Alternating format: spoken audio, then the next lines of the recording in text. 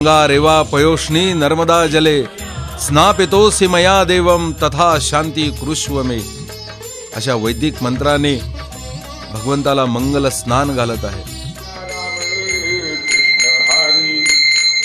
जय जय राम राम कृष्ण हरी. जय जय राम राम कृष्ण हरी. या मंगल स्नानानंतर देवाच्या सर्वांगाला तैल अभ्यंग चोळलं जात आहे. अत्यंत सुगंधी असणाऱ्या आणि औषधी युक्त असणाऱ्या सुगंधी तेलाने संपूर्ण देवाच्या सर्वांगाला तैलमार्जन केलं जात आहे. पुजारी देवाच्या सर्वांगाला अत्यंत भक्तियुक्त अंतःकरणाने तेल चोळत आहेत. या तेलाच्या सुगंधाने संपूर्ण गाभारा सुगंधित झालेला आहे.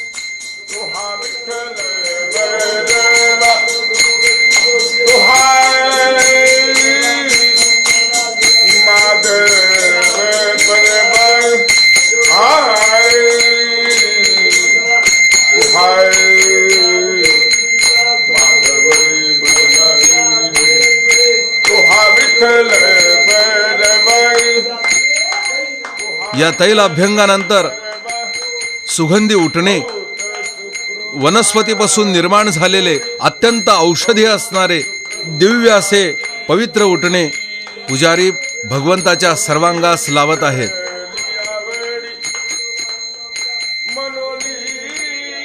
या उठण्यामुळे आणि सुगंधी तेलामुळे या मंगलमय वातावरणाला एक सुगंधाचा सुंदर असा स्पर्श झालेला आहे.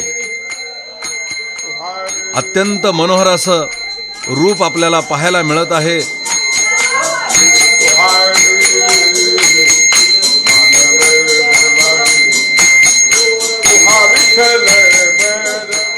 हे अभ्यंग स्नानाचा सुगंध आणि या सुगंधामध्ये पवित्र असे म्हटले जाणारे वैदिक मंत्र, यामुळे अत्यंत प्रसन्नता निर्माण झालेली आहे.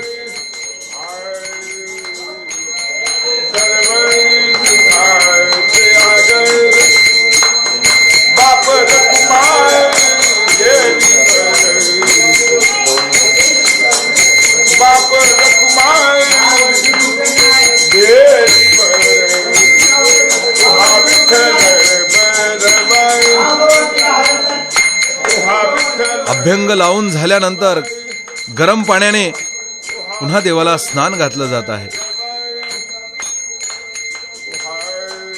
जणू गंगा, यमुना, सरस्वती, गोदावरी, कृष्णा, चंद्रभागा इत्यादी सर्व नद्या भगवंताला स्पर्श करण्यासाठी आतुर झालेल्या आहेत.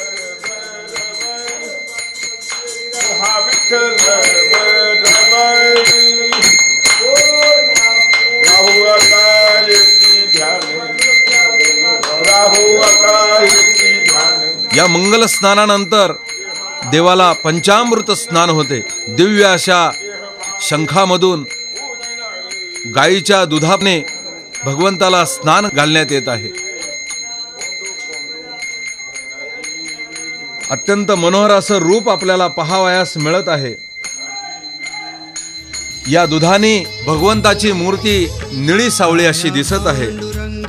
रंग दिसे सावळा हरी तुझा, रंग दिसे सावळा, रंग दिसे सावळा प्रभू तुझा, रंग दिसे सावळा. दुधाच्या स्नानानंतर पुन्हा शुद्धोदक स्नान, गंधपुष्प आणि तदनंतर गायीच्या दुधापासून बनवलेल्याच दह्याने परमात्म्याला स्नान घालण्यात येत आहे. प्रथम दूध स्नान, नंतर शुद्धोदक स्नान, नंतर दही स्नान.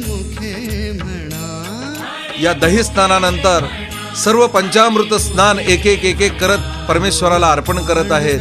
परंतु हे दही स्नानाचं मनोहर रूप अत्यंत सुंदर आणि अत्यंत मनोहर असे आपल्याला दिसत आहे. पहाटेच्या प्रहरी करीतो न्याहारी, खाई लोण्याचा गोळा, हरी हा रंग दिसे सावळा, प्रभू तुझा रंग दिसे सावळा. जय जय पांडुरंग हरी, जय जय पांडुरंग हरी, जय जय पांडुरंग हरी, जय जय पांडुरंग हरी.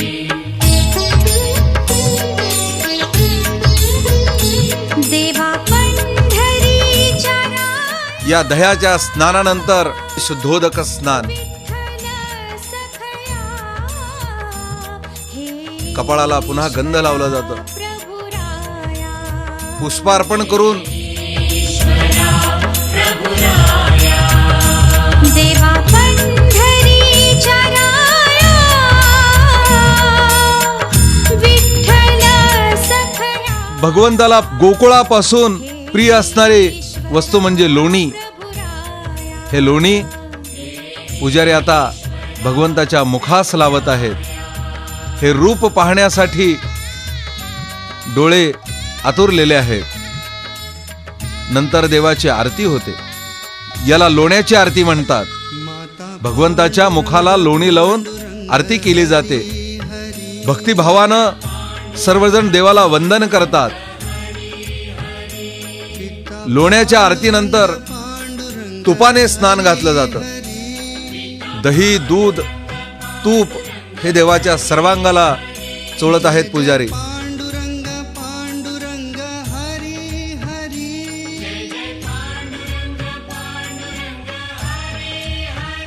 हरी मुखे पुन्हा शुद्धोदक स्नान, हरी मुखे म्हणा, कपाळाला गंध लावण्यात आलेला आहे. पुष्पार्पण करून बोला पांडुरंग दही, दूध, तूप आणि चौथा अमृत म्हणजे मध, या मधाने स्नान घालत आहेत. मधाला पियुष सदृश म्हणजे अमृताप्रमाणे समजण्यात येत आहे. तेव्हा दूध स्नान, दही स्नान, तूप स्नान, त्यानंतर मधाचं स्नान आहे. या मधाच्या स्नानानंतर जय जय पांडुरंग हरी, जय जय इक्षुदंडापासून म्हणजे उसापासून निर्माण झालेली दिव्य शर्करा, या शर्करेनं परमात्म्याला स्नान घालण्यात येत आहे. साखर देवाच्या सर्वांगाला चोळण्यात येत आहे. पय, दधी, मधु, घृत, शर्करा सहित पंचामृत स्नान. या पंचामृत स्नानानं नित्यपूजनाला आणि नित्यक्रमाला आरंभ होत आहे. पांडुरंगाचं हे पंचामृत स्नान सुरू आहे. रंग दिसे सावळा, हरी तुझा रंग दिसे सावळा, रंग दिसे सावळा, प्रभू तुझा रंग दिसे सावळा. पहाटेच्या प्रहरी करीतो न्याहारी, खाई लोण्याचा गोळा. हरी तुझा रंग दिसे सावळा, हरी तुझा रंग दिसे सावळा. पंचामृत स्नानानंतर वैदिक मंत्राने देवाला अमृताभिषेक केला जातो. या अमृताभिषेकाच्या वेळेला अनेक वैदिक मंत्र म्हटले जातात. प्रामुख्याने पुरुष सूक्त, श्री सूक्त इत्यादी पवित्र अशा सूक्ताने अमृताभिषेक देवाला घातला जात आहे. अत्यंत मनोहर असं सुंदर भगवंताचं रूप, अनेक संतांना भुरळ घालणारं हे रूप बघून सर्व संतांनी या रूपाचं वर्णन केलेलं आहे. रूप पाहता लोचनी सुख झाले हो साजनी, तो हा विठ्ठल बरवा, तो हा माधव बरवा. असं हे भगवंताचं नयन मनोहर सुंदर असं रूप हे या काकड आरतीच्या वेळेला, विशेषतः पंचामृत अभिषेकाच्या वेळेलाच पाहावयास मिळते.